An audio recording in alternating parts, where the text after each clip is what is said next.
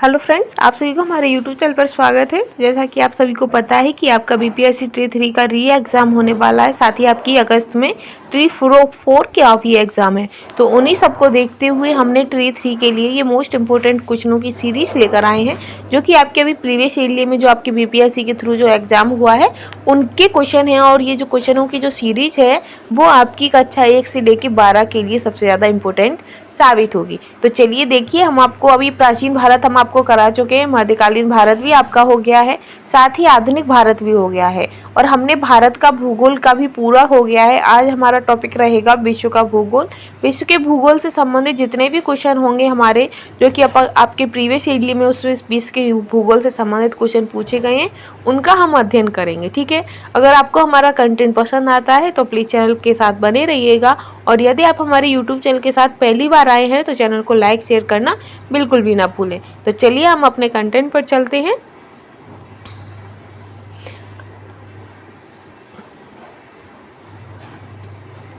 तो विश्व के भूगोल से हमारा पहला क्वेश्चन रहेगा ब्रह्मांड और सौर मंडल से, जिसमें पूछा गया है कि सूर्य एक है। तो सूर्य एक क्या है? तो सभी को पता है कि सूर्य एक तारा है। क्या है? पीला तारा है। ठीक है, ये सभी को ही पता है, सूर्य एक पीला तारा है, और इसके जो हमारे ग्रह हैं वो सूर्य की परिक्रमा करते हैं। ठीक है, आगे हम चलेंगे नेक्स्ट क्वेश्चन पर। नेक्स्ट क्वेश्चन रहेगा आपका कि ब्रह्मांड में पल्सर क्या है। तो ब्रह्मांड में पल्सर क्या होता है? तो जो घूमते न्यूटन तारे होते हैं, जो घूमते न्यूट्रॉन तारे होते हैं, उन्हें पल्सर कहा जाता है। क्या कहा जाता है? पल्सर कहा जाता है। ठीक है, आगे हम चलेंगे, और हमारा जो ब्रह्मांड है उसमें बहुत सारे ऐसे तारे हैं जो घूमते हैं एकदम फ्री माइंड में। आगे हम चलेंगे नेक्स्ट पर। तीसरा क्वेश्चन है आपका, जिसमें पूछा गया है कि आकार और माप में समानता के कारण किस ग्रह को पृथ्वी का जुड़वा ग्रह मानते हैं। तो सभी को पता है कि जो शुक्र ग्रह है उसे पृथ्वी का तारा मानते हैं, पृथ्वी का भोर का तारा मानते हैं, और सांझ का तारा मानते हैं, और हमारी जो पृथ्वी है उसे जुड़वा बहन भी कहते हैं, जुड़वा भगनी भी कहते हैं। तो ये सभी जो है वो हमारे शुक्र को कहते हैं। ठीक है, और जो शुक्र का जो वायुमंडल है उसमें आपकी जो CO2 गैस है वो 90 से 95% उसमें उपस्थित है, और जो शुक्र है वो सूर्य से दूसरे नंबर पर ग्रह आता है, और सूर्य से पहले नंबर पर आपका बुध आता है। ठीक है, आगे चलेंगे हम नेक्स्ट क्वेश्चन पर। चौथा क्वेश्चन आएगा इसमें आपका, ये चौथा क्वेश्चन आपका अक्षांश और देशांतर से संबंधित है, जिसमें पूछा है कि ओजोन क्षेत्र अधिक स्पष्ट होता है। तो जो ओजोन क्षेत्र है वो अधिक स्पष्ट कहाँ होता है? तो वो आपका मकर रेखा पर होता है। कहाँ पर? मकर रेखा पर। ठीक है, नेक्स्ट चलेंगे हम, और फिर क्वेश्चन एक क्वेश्चन ये भी पूछा जाता है, जो हमारी ओजोन है, ओजोन परत है, वो किस मंडल पर है। तो आपका आंसर हो जाएगा कि जो ओजोन परत है वो हमारी समताप मंडल में पाया जाता है। कहाँ पर? समताप मंडल में पाया जाता है। ठीक है, आगे चलेंगे हम नेक्स्ट क्वेश्चन पर। नेक्स्ट क्वेश्चन रहेगा आपका कि ग्लोब पर 1 डिग्री के अंतराल पर खींची गई अक्षांश रेखाएं कितनी हैं। तो जो हमारा ग्लोब है उस पर ये क्वेश्चन भी पूछा गया अक्षांश और देशांतर से। तो जो हमारा ग्लोब है ऐसा गोल, उस पर जो अक्षांश रेखाएं हैं वो कितनी है ये बताना है हमें। तो इसका आंसर हो जाएगा आपका 179। कितना हो जाएगा? 179। ठीक है, आगे चलेंगे हम नेक्स्ट क्वेश्चन पर। नेक्स्ट रहेगा आपका छठवां क्वेश्चन है, जिसमें पूछा गया है कि 90 डिग्री पूर्वी देशांतर पर स्थित थिम्पू यानी कि भूटान का स्थानीय समय निर्धारित कीजिए जब ग्रीनविच में दोपहर 12 बजे का समय हो।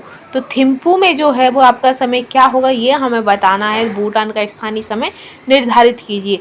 तो समय निकालने की एक सूत्र होता है, जैसे कि आपका 360 हो गया हमारा डिग्री, ठीक, और 60 मिनट का हो जाता है हमारा घंटा।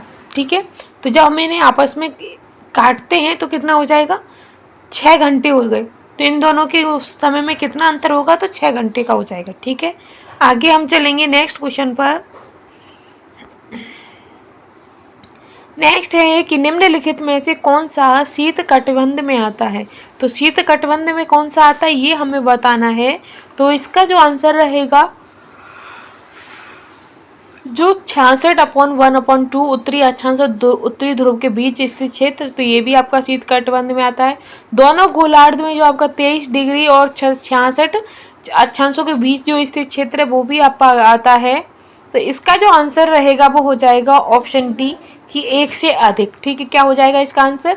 ऑप्शन डी, 1 से अधिक। ठीक, नेक्स्ट क्वेश्चन पर हम चलेंगे। नेक्स्ट क्वेश्चन रहेगा आपका इसी में 8वां क्वेश्चन है कि यदि ग्रीनविच में दोपहर के 12 बजे हैं तो ग्रीनविच के 30 डिग्री पूर्व में क्या समय होगा।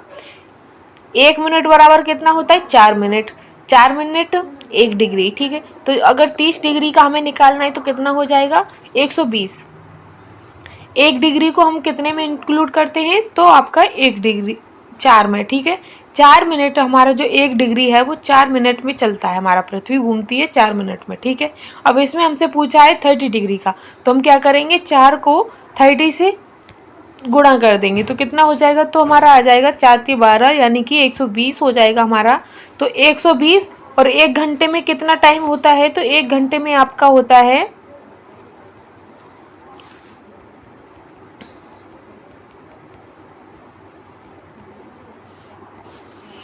4 की 12 तो 120 हो गया आपका, और 1 घंटे में 60 मिनट होती हैं तो 120 में हो गए 2 घंटे। तो इसका आंसर क्या हो जाएगा, इसका आंसर हो जाएगा कि 30 डिग्री पूर्व में क्या समय होगा 2 घंटे हो जाएगा, ठीक है। 12 तो 2 घंटे आगे हो जाएगा तो कितने बज जाएंगे 2 बज जाएंगे आपके, ठीक है। आगे चलेंगे हम नेक्स्ट क्वेश्चन पर। नेक्स्ट क्वेश्चन रहेगा आपका कि साबुन एवं डिटर्जेंट स्रोत हैं कार्बनिक प्रदूषण के, जैसे कि जो साबुन और डिटर्जेंट है वे कार्बनिक प्रदूषण के स्रोत हैं, पर कैसे हैं तो ये हमें बताना है। तो इसके जो आंसर रहेगा उपयुक्त में से एक से अधिक हो जाए, क्योंकि इसमें ग्लिसरॉल भी होता है आपके साबुन में, पॉलीफॉस्फेरस फास्फेट भी होता है, और साल्फेनेट और हाइड्रोकार्बन भी होता है। तो ये तीनों ही इसमें सम्मिलित होते हैं, इसलिए इसका जो आंसर है वो ऑप्शन डी हो जाएगा, एक से अधिक, ठीक है। आगे हम चलेंगे नेक्स्ट पर।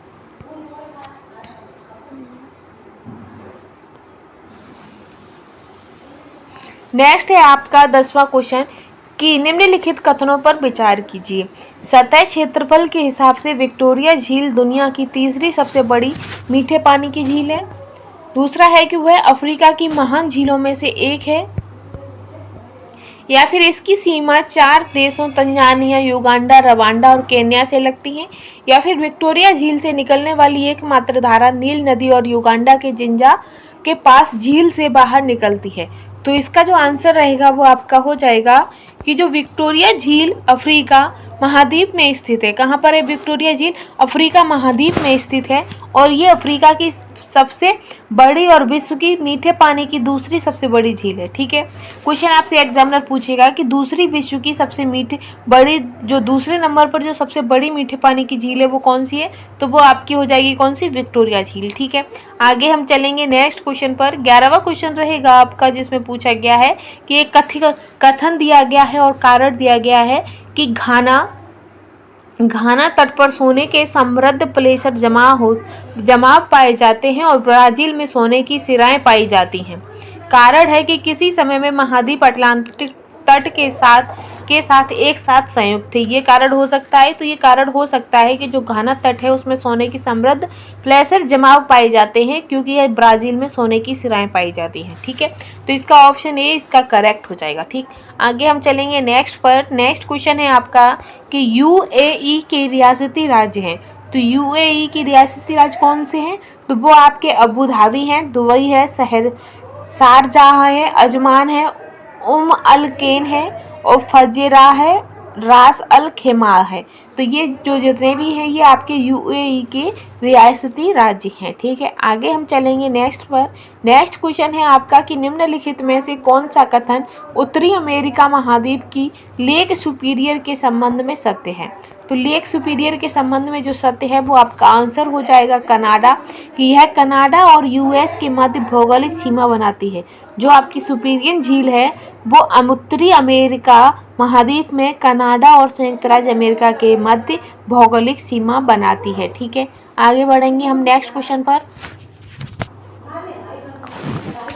नेक्स्ट क्वेश्चन है कि भूगर्भिक इतिहास एवं शैल तंत्र से संबंधित क्वेश्चन है, जिसमें क्वेश्चन रहेगा आपका कि 14वां क्वेश्चन है कि खनिज में निम्नलिखित में से किस चट्टान के स्तर में जमा होता है। तो जो खनिज है वो हमारी किस चट्टानों में होता है, तो वो आपकी जो चट्टानें होती हैं कौन कौन सी, एक तो खनिज आपका अवसादी में भी होता है, साथ ही साथ आपकी अवसादी के साथ साथ जो आपकी कायांतरित चट्टानें होती हैं यानी कि रूपांतरित चट्टानें होती हैं उनमें भी आपकी अवसादी सेल पाए जाते हैं। ठीक है, तो इसका ये दोनों हो जाता है, इसीलिए इसका जो आंसर रहेगा वो हो जाएगा एक से अधिक। ठीक है, खनिज निम्नलिखित प्रकार के सेलों में पाई जाती हैं, जैसे कुछ आग्नेय सेलों में और कुछ कायांतरित अवसादी सेलों में। कायांतरित आपकी रूपांतरित एक ही होता है और इन सेलों में जो प्रमुख रूप से पाया जाता है वो आपका लोहा हुआ, निकेल हुआ, तांबा हुआ, सीसा, जस्ता, क्रोमाइट, मैग्नीज, सोना आदि जो है वो प्रमुख रूप से इनमें पाए जाते हैं। ठीक है,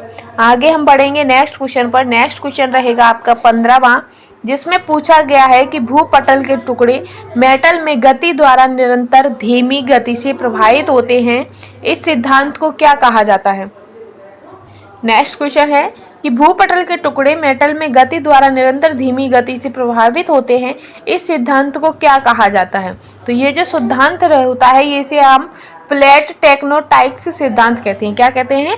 प्लेट टेक्टोनाइट्स सिद्धांत। ठीक है, आगे हम बढ़ेंगे नेक्स्ट क्वेश्चन पर कि सेल जिनमें जीवाश्म पाए जाते हैं, तो जो आपके अवसादी सेल होते हैं उसमें जीवाश्म पाए जाते हैं। क्या पाए जाते हैं?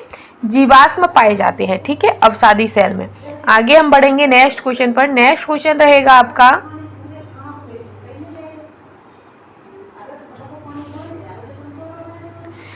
नेक्स्ट है कि पर्वत, पठार और मरुस्थल। तो ये क्वेश्चन है कि निम्नलिखित में से कौन सा युवा बलित पर्वत नहीं है। तो इनमें से कौन सा युवा बलित पर्वत नहीं है ये बताना है हमें। तो इसका जो आंसर है वो आपका हो जाएगा उपयुक्त में से एक से अधिक, क्योंकि जो अरावली पर्वत श्रेणी है और अपलेशियन ये दोनों ही आपकी बलित पर्वत नहीं है। कैसे नहीं है? बलित पर्वत नहीं है, ये प्राचीन बलित मोड़ पर्वत हैं। कैसे हैं? ये प्राचीन बलित मोड़दार पर्वत हैं। ठीक है, तो इसका आंसर क्या हो जाता है? इसका आंसर हो जाएगा उपयुक्त में से एक से अधिक, क्योंकि जो अरावली और आल्प्स है ये आपके बलित पर्वत नहीं है बल्कि युवा बलित पर्वत हैं। ठीक है, आगे हम बढ़ेंगे नेक्स्ट क्वेश्चन पर। नेक्स्ट क्वेश्चन रहेगा आपका कि दक्षिण प्रायद्वीपीय उच्च भूमि का भाग है। तो दक्षिण प्रायद्वीपीय उच्च भूमि का भाग क्या है? तो गोंडवाना लैंड आपका इसका भाग है। नेक्स्ट पर चलेंगे हम कि रिक्टर स्केल किस मापक का पैमाना है। तो जो रिक्टर स्केल है वो आपका किसका मापक है? तो ये आपका भूकंप का है। ठीक है, नेक्स्ट है निम्नलिखित में से कौन सा भूकंप की गहनता मापने हेतु उपयोग में लाया जाता है। तो इनमें से कौन है जो भूकंप की गहनता मापने हेतु उपयोग में लाया जाता है? तो वो आपका है मरकरी पैमाना। कौन सा है? मरकरी पैमाना। ठीक है, आगे हम चलेंगे नेक्स्ट क्वेश्चन पर। नेक्स्ट है आपका कि भूकंप के संबंध में निम्नलिखित में से कौन सा कथन सत्य है। तो जो भूकंप के संबंध में जो कथन सत्य है वो आपका हो जाएगा कि जो भूकंप की जो तरंगें होती हैं वो धरातल पर उद्गम केंद्र के ऊपर के स्थान को अभिकेंद्र कहते हैं। ये सभी को ही पता होगा। ठीक है, फिर है कि भूकंप की जो भविष्यवाणी होती है कि अध्ययन के जानवरों के व्यवहार, भविष्यवाणी कैसी होती है कि जानवरों का व्यवहार चेंज हो जाता है। तो ये भी आपका एक पॉइंट होता है। ठीक, तो ये दोनों ही सही हैं आपके। ठीक है, और एक आपकी पी तरंगे, अनुप्रस्थ तरंगे। तो इसका जो आंसर रहेगा वो आपका क्या हो जाएगा? डी ऑप्शन हो जाएगा। क्या? डी ऑप्शन, कि इनमें से एक से अधिक आंसर सही है। ठीक है, आगे हम बढ़ेंगे नेक्स्ट क्वेश्चन पर। नेक्स्ट क्वेश्चन है आपका कि अपवाह व नदियों के स्थित नगर से संबंधित है, जिसमें क्वेश्चन पूछा गया है कि निम्नलिखित में से कौन सा देश अमेजन नदी बेसिन का हिस्सा है। तो कौन सा देश है इसका हिस्सा? तो वेनेजुएला आपका अमेजन नदी का हिस्सा है। ठीक, आगे चलते हम नेक्स्ट क्वेश्चन पर। तो नेक्स्ट क्वेश्चन अब आपका रहेगा महासागरीय धारा से संबंधित है कि एल नीनो धारा कहाँ प्रभावित होती है। तो जो एल नीनो धारा है वो आपकी प्रशांत महासागर में बहती है। कहाँ पर? प्रशांत महासागर में। नेक्स्ट है आपका क्वेश्चन कि जल संधियों से संबंधित कि पनाम नहर निम्नलिखित में से किसको जोड़ती है। तो जो आपकी पनाम नहर है वो अटलांटिक महासागर और प्रशांत महासागर को आपस में जोड़ती है। और पनाम नहर आपकी मानव निर्मित एक जल मार्ग है। कैसा है? मानव निर्मित एक जल मार्ग है। ठीक है, आगे हम चलेंगे नेक्स्ट पर कि वायुमंडल का संघटन से संबंधित क्वेश्चन है कि वायुमंडल की किस परत का तापमान सबसे कम होता है, ये बताना है हमें। तो जो आपका मध्य मंडल होता है, समताप मंडल से ऊपर मध्य मंडल, उसका जो तापमान होता है वो सबसे कम होता है। ठीक है, नेक्स्ट है क्वेश्चन इसी में आपका कि निम्नलिखित में से कौन सा विकल्प पृथ्वी की सतह से शुरू होकर वायुमंडल की परतों का सही क्रम है। तो सबसे पहले आपकी क्षोभ मंडल आती है, क्षोभ के बाद समताप मंडल, फिर मध्य मंडल, फिर ताप मंडल, फिर बहिर्मंडल। तो ऑप्शन ए ही आपका सही हो जाता है। नेक्स्ट है कि वायुदाब से संबंधित क्वेश्चन है कि निम्नलिखित में से कौन सा सी भूमध्य सागर से भारत के उत्तर पश्चिमी भाग की ओर चलता है। तो कौन सा सी भूमध्य सागर से उत्तर पश्चिमी भाग में चलता है, तो वो आपका पश्चिमी विक्षोभ है। कौन सा है? पश्चिमी विक्षोभ। ठीक है, आगे चलेंगे हम नेक्स्ट पर। नेक्स्ट रहेगा आपका इसमें क्वेश्चन कि शीतकाल में उत्तर पश्चिम भारत में सक्रिय रहने वाले पश्चिमी विक्षोभ का उत्पत्ति स्थल क्या है। तो इसका उत्पत्ति स्थल क्या है ये हमें बताना है। तो ये आपका पश्चिमी एशिया का भूमध्य सागरीय तटीय क्षेत्र है। ठीक है, ऑप्शन सी इसका करेक्ट हो जाता है। नेक्स्ट हम चलेंगे कि मिट्टी का निर्माण किस प्रक्रिया द्वारा हुआ है। तो जो मिट्टी का निर्माण है वो आपका अपक्षय की प्रक्रिया के द्वारा हुआ है। कैसे हुआ है? अपक्षय के द्वारा। ठीक है, आगे चलते हैं। नेक्स्ट है कि बॉक्साइट का सर्वाधिक उत्पादक होता है। तो जो बॉक्साइट का सबसे ज्यादा उत्पादक आपका ऑस्ट्रेलिया में होता है। कहाँ पर? ऑस्ट्रेलिया में। और दूसरा स्थान पर आपका चीन आता है। ठीक है, दूसरे स्थान पर चीन आता है। आगे हम बढ़ेंगे नेक्स्ट क्वेश्चन पर। नेक्स्ट क्वेश्चन रहेगा आपका 31, जिसमें पूछा गया है कि जीवाश्म ईंधन किस प्रकार की जन संसाधनों के उदाहरण है। तो जो जीवाश्म ईंधन है वो आपका किसका उदाहरण है? नवीकरण, जैविक या गैर नवीकरण। तो जो जीवाश्म है वो आपके गैर नवीकरण के उदाहरण है। ठीक है, आगे चलेंगे हम। ऑप्शन सी इसका सही हो जाता है। नेक्स्ट क्वेश्चन आएगा आपका इसी में कि महासागरीय परपटी के मुख्य खनिज घटक क्या हैं। तो इसके जो मुख्य खनिज घटक हैं वो आपका सिलिका और मैग्नीशियम है। क्या है? सिलिका और मैग्नीशियम है। ठीक है, ऑप्शन सी इसका करेक्ट हो जाता है। आगे हम बढ़ेंगे। मानव प्रजाति से संबंधित क्वेश्चन है अब आपका कि जनसंख्या घटने से मानव भूमि उत्पाद, जनसंख्या जब घटती है तो मानव भूमि उत्पाद क्या होता है? बढ़ जाता है। ठीक है, तो ऑप्शन बी इसका करेक्ट हो जाएगा। आगे हम चलेंगे नेक्स्ट क्वेश्चन पर। तो नेक्स्ट रहेगा अब आपका कृषि एवं पशुपालन से कि जो सुनहरा रेशा अभिप्राय है। तो सुनहरा रेशा किसे कहते हैं? तो वो आपके पटसन को कहते हैं। किसको? पटसन को सुनहरा रेशा कहते हैं। ठीक है, आगे है क्वेश्चन आपका 34 के बाद 35 आएगा आपका, जिसमें पूछा गया है कि बलूचिस्तान में चलवासी का तंबू कहलाता है। तो बलूचिस्तान में आपका जो चलवासी का तंबू है वो आपका किजसी कहलाता है। क्या? किजसी। ठीक है, और चलवासी कौन होते हैं? खानाबदोश। ठीक, आगे हम चलेंगे नेक्स्ट क्वेश्चन पर। नेक्स्ट क्वेश्चन रहेगा आपका कि स्थानांतरण कृषि के स्थानीय नाम और संबंधित देश का सही युग्म। तो इसका सही युग्म क्या होगा? जैसे कि जो बस्तर, इसमें जो आपका आंसर है सही युग्म हमें बताना है तो वो आपका लद्दाख हो जाएगा और मलेशिया। लद्दाख और मलेशिया। ठीक है, आगे है आपका जो चाइना हो गया वो बांग्लादेश से नहीं है, मैक्सिको ये भी नहीं है। तो इसका जो सही रहेगा जो मिल्पा है वो आपका मैक्सिको का है। कहाँ का है? मैक्सिको का। ठीक है, थाईलैंड का आपका तेरामाई है। तो चाइना बांग्लादेश का नहीं है। ठीक, चाइना जो है वो आपका श्रीलंका का है। कहाँ का है? श्रीलंका का। और इसका जो आंसर सही रहेगा वो आपका हो जाएगा लद्दाख, जो कि आपका मलेशिया का है। ठीक है, आगे हम बढ़ेंगे नेक्स्ट क्वेश्चन पर। नेक्स्ट क्वेश्चन रहेगा आपका कि जल बहता पानी चिकनी मिट्टी को काटता है और गहरे चैनल बनाता है तो उसे क्या कहते हैं। जो जल है जब वो बहता है तो जो चिकनी मिट्टी को काटता है और गहरे चैनल बनाता है उसे क्या कहते हैं ये हमें बताना है। तो उसमें क्या कहेंगे? तो उन्हें हम गली कटाव कहते हैं। क्या कहते हैं? गली कटाव। ठीक है, आगे हम चलेंगे नेक्स्ट क्वेश्चन पर। नेक्स्ट क्वेश्चन है आपका कि निश्चालन प्रक्रिया संबंधित है। तो निश्चालन प्रक्रिया किससे संबंधित है? तो जो इसका जो आंसर रहेगा आपका वो हो जाएगा जो खनिज पदार्थ होते हैं वो मिट्टी से साथ ही साथ आप भारी वर्षा हो क्षेत्र होते हैं उनसे भी है। तो इसका आंसर क्या हो जाएगा, इसका जो पौधों के नहीं, इससे नहीं होता है, तो इसका आंसर आपका एक से अधिक हो जाएगा, क्योंकि जो ए और बी है ये दोनों ही इससे निश्चालन प्रक्रिया। अब हम आपको इसका पूरा डिटेल बता देते हैं कि जो ऊपरी सतहों के जो अवयव होते हैं उनके जो अंतः स्त्राव पर जो निचली सतहों के आने की क्रिया को निश्चालन कहते हैं। ठीक, और जो भारी वर्षा वाले जो क्षेत्रों में जो खनिज पदार्थ मिट्टी के निचले संस्तर में चले जाते हैं और पौधों की जड़ों को प्राप्त नहीं हो पाते हैं, इस तरह के क्षेत्रों को लैटेराइट मृदा पाई जाती है। ठीक है, तो कैसी हो जाती है, तो भारी वर्षा और खनिज और मिट्टी, तो ये आपके निश्चालन प्रक्रिया से संबंधित है। ठीक है, आगे हम बढ़ेंगे नेक्स्ट क्वेश्चन पर। नेक्स्ट क्वेश्चन है आपका कि स्टेलेटेराइट एवं स्टेलेग्मेमाइट स्थलाकृतियां बनती हैं। तो ये स्थलाकृतियां कैसे बनती हैं, तो ये आपकी बर्फ के द्वारा बनती हैं। ठीक है, आगे बढ़ेंगे। तो इसमें सूची को आपस में मिलाना